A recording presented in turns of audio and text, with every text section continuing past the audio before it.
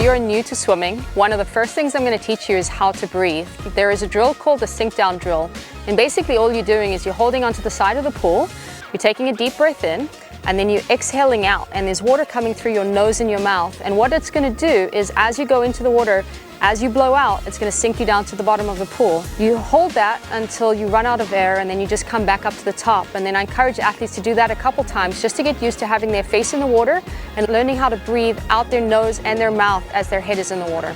So follow up from the sink down drill, if you're someone that's new to swimming and learning how to breathe, is I would have you put a pair of fins on and use a kickboard.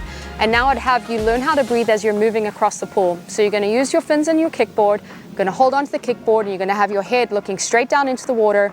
And the only thing you're doing is you're just breathing out. So again, breathing out and sighing through your nose and through your mouth. And then when you run out for air, you can just look up, holding the board.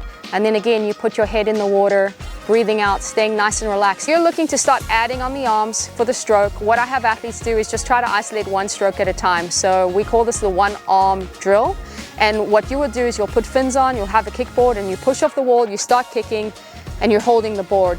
And then from there, all you're gonna do is you're just gonna pull water back with one arm and recover it, and then you just come back and you meet the board. And what that does is you can just isolate the stroke. So if you break it down, you're kind of pushing past your hip, that's the propulsive phase of the stroke, and from there you're learning the recovery, being relaxed in that movement, and then it's about placing your hand in the water, in line with the shoulder, and at this point with the board, you're just grabbing on the board before then doing the exact same thing on the exact same line.